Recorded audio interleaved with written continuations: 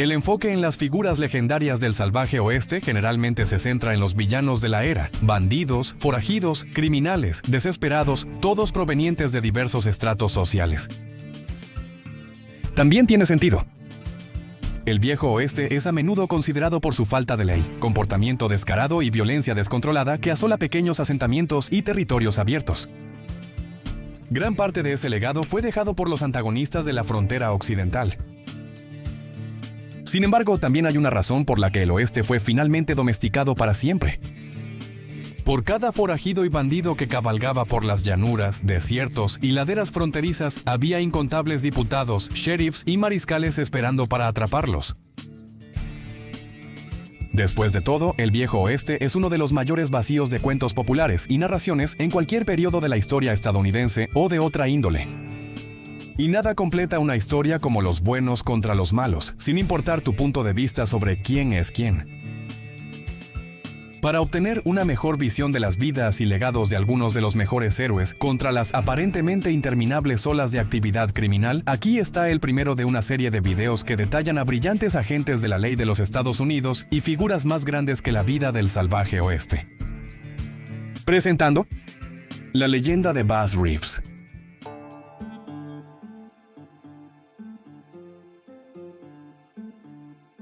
Bass Reeves, un futuro agente de la ley y el primer mariscal negro de los Estados Unidos al oeste del río Mississippi, nació en julio de 1838 a padres esclavizados en el condado de Crawford, Arkansas.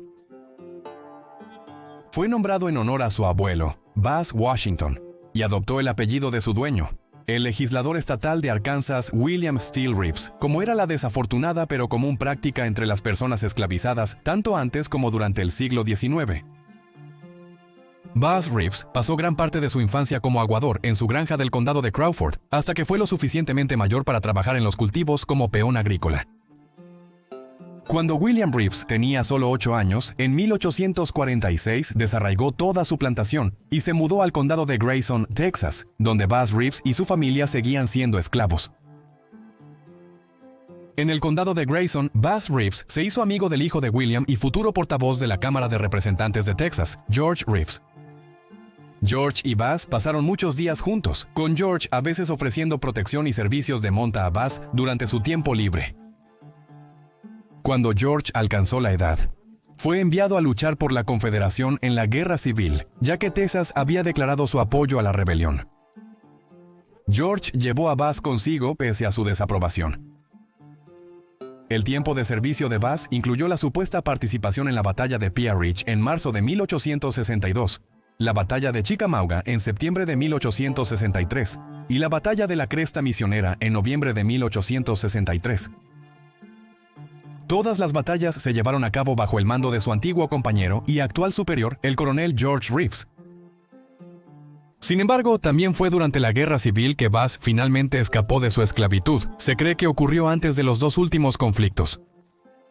Aunque muchas cuentas difieren en la naturaleza exacta de la partida de Bass, la historia más aceptada se centra en un juego de cartas entre Reeves y su antiguo dueño, George. La leyenda cuenta que durante uno de los momentos más tranquilos de George y Bass en el ejército confederado, los dos hombres estaban jugando a las cartas cuando Bass terminó una ronda con una victoria, para gran disgusto de George.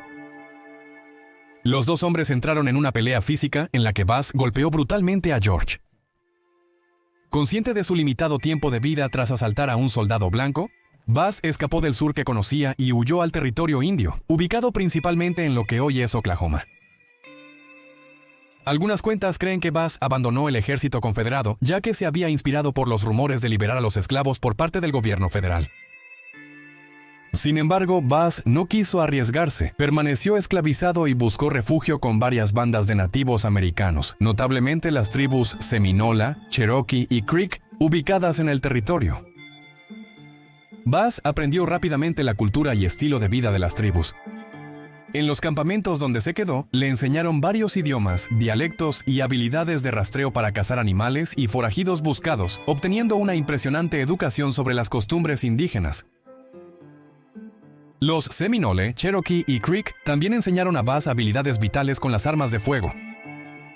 Bass era un tirador natural y se hizo muy conocido en los campamentos territoriales por su precisión con la pistola. Según la leyenda, también se le prohibió participar en las competencias de tiro organizadas por las tribus, aunque sus habilidades con el rifle eran aparentemente promedio. Sin duda, el pavo y otros animales salvajes usados en competencias discutirían esto.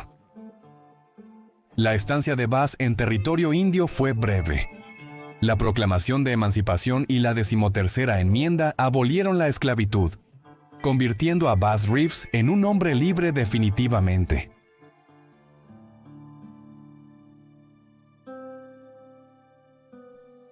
Aceptando su nuevo título como hombre libre, Bass dejó a sus hermanos y hermanas tribales para una nueva vida cerca de Van Buren, Arkansas. Aquí, Bass se dedicó a la ganadería y comenzó una familia después de casarse con una mujer de Texas llamada Nellie Jenny en 1864. Durante los próximos años, Bass y Nellie Reeves verían crecer su familia, llegando a tener 10 hijos juntos, 5 niñas y 5 niños. Todos ayudaban en la granja, y después de un tiempo, Bass pudo enfocar sus esfuerzos en otras áreas alrededor de la zona rural de Arkansas. Una de esas oportunidades vino del Tribunal Federal de Van Buren, un poder judicial local con jurisdicción parcial sobre el territorio indio.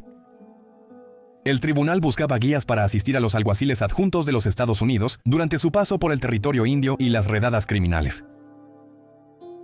Con su conocimiento de las tierras circundantes y habilidades de comunicación en varios dialectos indígenas, Bass fue visto como el candidato perfecto y acompañaría a las pose más grandes en ocasiones. El territorio indio albergaba forajidos y ladrones que hallaban refugio, debido a la escasa jurisdicción federal o estatal en la zona. En 1875, las infrecuentes incursiones de Bass en el territorio indio se convertirían en una carrera a tiempo completo después de que la Corte del Distrito Occidental Federal se trasladara a Fort Smith, Arkansas, y Isaac C. Parker fuera nombrado juez federal el 10 de mayo, en 200. Tras su nombramiento, Parker eligió a James F. Fagan como mariscal de los Estados Unidos y solicitó la contratación de alrededor de 200 puestos vacantes de mariscal adjunto de los Estados Unidos. Bass Reeves fue uno de los primeros pensamientos de Fagan al buscar un agente de la ley que fuera suficiente como mariscal adjunto. Fagan recordó que Reeves tenía relaciones con varias tribus y hablaba varios idiomas. Era bastante evidente que era una combinación hecha en el cielo. Después de un breve reclutamiento por parte de Parker y Fagan, Bass Reeves fue nombrado el primer mariscal negro al oeste del Mississippi. Fue asignado al Distrito Occidental, donde había estado sirviendo como explorador local, ahora liderando su propio equipo de agentes de la ley. Operando bajo las órdenes de captura vivo o muerto del juez Parker, Reeves comenzó cacerías de hombres a través de las 75,000 millas cuadradas que se le había ordenado cubrir. Reeves primero visitaría el Tribunal de los Estados Unidos en Fort Smith para recoger órdenes de arresto de criminales buscados y sus asignaciones. Reeves, siendo analfabeto, contrató a alguien para que le leyera en voz alta todas las órdenes con sus detalles más crudos. Luego, Reeves memorizaría cada orden con toda su información, por lo que cuando llegaba el momento de arrestar, podía seleccionar la orden correspondiente sin fallar. A pesar de su analfabetismo, su aguda memoria e intuición llevaron a más de 3,000 arrestos por delitos graves y varias recompensas por su trabajo de detective. Reeves seleccionaba las órdenes que deseaba y luego se adentraba en la salvaje naturaleza montado en su legendario semental blanco, acompañado de una carreta, un cocinero y generalmente un posadero indígena americano. Estas misiones atravesarían lugares como Fort Reno o las tierras no asignadas del territorio de Oklahoma, alcanzando un viaje redondo de casi 1,000 millas. A veces, las misiones de recompensa de Reeves lo veían unirse a otros famosos agentes de la ley, como Bud Ledbetter y Bill Tillman.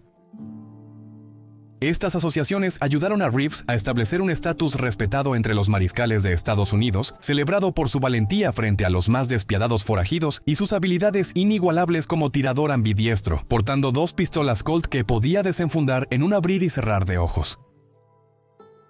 Cuando trabajaba solo, Reeves se hizo conocido como un maestro del disfraz, siendo uno de los primeros en utilizar múltiples alias y diversas apariencias, ya sea un vaquero cansado, un pistolero rudo o un forajido furioso. Uno de los disfraces más icónicos de Reeves ocurrió en la frontera de Texas mientras perseguía a un par de forajidos en el Valle del Río Rojo. Después de perseguir a los bandidos por Texas, Reeves y su grupo acamparon a 30 millas del escondite del forajido. Se habían refugiado en la casa de una de las madres de los forajidos, y Reeves sabía justo el truco para sacarlos al descubierto. Dirigiendo a sus hombres para que se mantuvieran firmes en el campamento desviado, Reeves se dispuso a investigar el terreno del Valle del Río Rojo, aprendiendo de sus detalles y de los rezagados que cruzaban la vista rural. Luego rebuscó entre sus ropas y encontró las prendas más sucias y desgarradas, disfrazándose de vagabundo en busca de refugio. Reeves entonces escondió sus esposas, armas y placa de mariscal de los Estados Unidos en los bolsillos y costuras de su ropa, para no despertar la sospecha de la gente en casa. Después de caminar 28 millas con zapatos desgastados, Reeves llegó donde la anciana mostrando su bastón de madera e inclinando su gorra agujereada por balas al saludarla. Cuando la madre preguntó sobre las intenciones de Reeves, él le contó que había sido perseguido por cazadores de recompensas, señalando que los agujeros en su sombrero eran trofeos de una huida exitosa. Pidió amablemente una comida caliente y siempre fue cortés y respetuoso, incluso en misiones encubiertas. La madre del forajido se conmovió por la actuación de Reeves y lo invitó a cenar. Fue durante la cena cuando ella comenzó a revelar las aventuras de su propio hijo como forajido. Llegó incluso a sugerir que Reeves podría pensar en unirse a ellos, una idea que a Reeves le interesó desde el principio. La mujer, cómoda con que Reeves se quedara hasta la noche, se animó cuando un fuerte silbido resonó desde el valle detrás de la casa al atardecer. Caminó hasta la puerta trasera y emitió un silbido distinguido ella misma, una señal de que la costa estaba despejada. Minutos después, los dos forajidos entraron y rápidamente se familiarizaron con Reeves. Tampoco mantuvieron la guardia, ya que la madre de uno de los forajidos habló sobre los problemas legales de Reeves. El par de bandidos acordó que la mejor estrategia era unirse como un trío, y decidieron partir por la mañana para su próximo gran golpe. Esa noche, Reeves durmió en el mismo cuarto que los forajidos, observándolos con cautela para no llamar la atención. Cuando ambos cayeron en un sueño profundo, él se levantó silenciosamente y caminó de puntillas hasta sus literas, donde les colocó esposas en las muñecas, sin despertarlos de su sueño. A la mañana siguiente, Reeves se levantó con las pistolas listas y la placa en mano, despertando a los aturdidos forajidos. Solo pasaron segundos antes de que se dieran cuenta de que estaban acabados, y Reeves les ordenó que se levantaran y salieran para gran consternación de la madre. La furiosa mujer siguió a Reeves en su captura durante casi 3 millas, regañándolo por abusar de su confianza y llevarse a su hijo. Al final no importó, ya que Reeves llevó a los bandidos de vuelta al campamento del Río Rojo y cobraría su recompensa de $5,000 de los tribunales próximamente. Aproximadamente al mismo tiempo, Reeves obtuvo una participación en su derribo del infame bandido llamado Bob Dozier, quien era conocido por cometer casi todos los delitos posibles dentro del territorio indio. Dozier también era conocido por su rapidez y ser totalmente impredecible. Por eso ningún cazarrecompensas o policía pudo atraparlo antes de que Buzz Reeves recogiera su orden de arresto sin dudar. Reeves utilizó sus habilidades de rastreo que había aprendido durante su tiempo con los nativos americanos y lo siguió hasta la nación Cherokee. Dozier sabía que Reeves estaba en su rastro y envió cartas amenazantes y otros mensajeros para intentar frustrar su persecución, pero Reeves persistió, sin inmutarse por los juegos de Dozier. El 20 de diciembre de 1878, Reeves ascendió a las colinas Cherokee con sus hombres más leales. Una tormenta se acercaba al bosque y necesitaban desesperadamente terreno seco.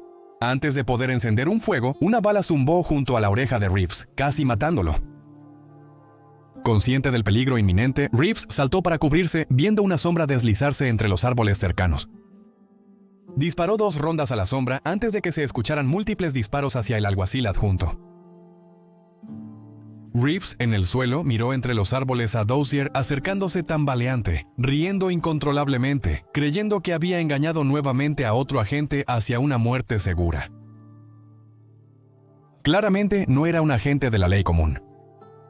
Reeves se levantó cuadrado y exigió que Dozier entregara su arma, pero Dozier no prestó ninguna conformidad. En un instante, el bandido alzó su rifle desde una posición en cuclillas, pero Reeves fue más rápido en el desenfunde y disparó un solo tiro letal al cuello.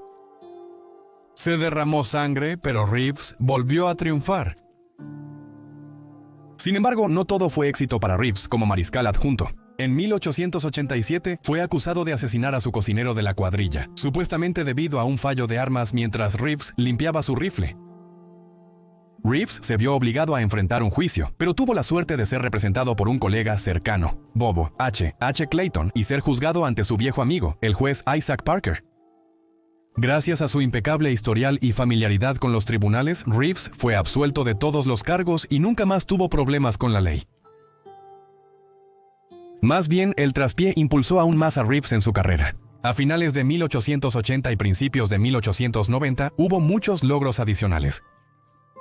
Estos variaron desde la disolución de la banda de Tom Story, después de la muerte del líder titular en París, Texas, en 1889, hasta la detención del notorio bandido Seminole, Greenleaf, después de 18 años de evitar la captura en 1890. En 1896, las fortunas de Reeves volvieron a empeorar cuando su esposa, Nellie, murió de cáncer en Fort Smith. Reeves había sido transferido al Distrito Este de Texas 3 años antes. Después de la muerte de su esposa, sería trasladado nuevamente en 1897 al Tribunal Federal de Muskogee, en el territorio indio. Reeves se casaría una vez más en 1900, esta vez con Winnie Sumter del territorio de Oklahoma. No obstante, se vio involucrado de nuevo en un asunto familiar en 1902. Reeves había vuelto a Muskogee con 2 criminales buscados para el mariscal de los Estados Unidos de ese tiempo, Leo Bennett. Mientras completaba sus informes con Bennett, el mariscal de los Estados Unidos le informó a Reeves que su hijo, Benny Reeves, estaba acusado y buscado por asesinar a su esposa, después de una pelea por los crecientes celos de Benny. Reeves se sorprendió con la noticia y no la tomó muy bien. Ninguno de los otros alguaciles adjuntos había querido la orden a pesar de haber estado en el escritorio de Bennett por 48 horas. Todos conocían los riesgos de ir tras uno de los suyos y dejaron que Reeves decidiera. Después de unos días de incansable debate consigo mismo, Reeves sintió que era su responsabilidad perseguir a su propio hijo y pedirle que pagara por sus crímenes. Pasaron 2 semanas y Reeves finalmente regresó con su hijo, vivo pero esposado.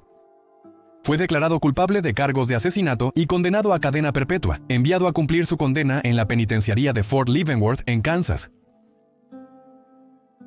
Al final, las súplicas apasionadas de Reeves para ser el que arrestara a su hijo dieron sus frutos, ya que Benny Reeves fue visto como un prisionero ejemplar que nunca causó ni un ápice de problema 11 años después de su condena. Tras una petición ciudadana, el joven fue perdonado y siguió viviendo una vida normal y positiva luego de recibir una segunda oportunidad. Años atrás, Buzz Reeves presenció cómo su vida se transformaba frente a él. En 1907, después de la admisión de Oklahoma a la Unión como estado oficial, fue trasladado de alguacil adjunto a oficial del Departamento de Policía de Muskogee. Incluso su breve paso como patrullero fue muy bien. Reeves ganó todo su mandato de 2 años sin un solo delito reportado y dejó el departamento con un historial limpio y un presidente respetado que dejó atrás.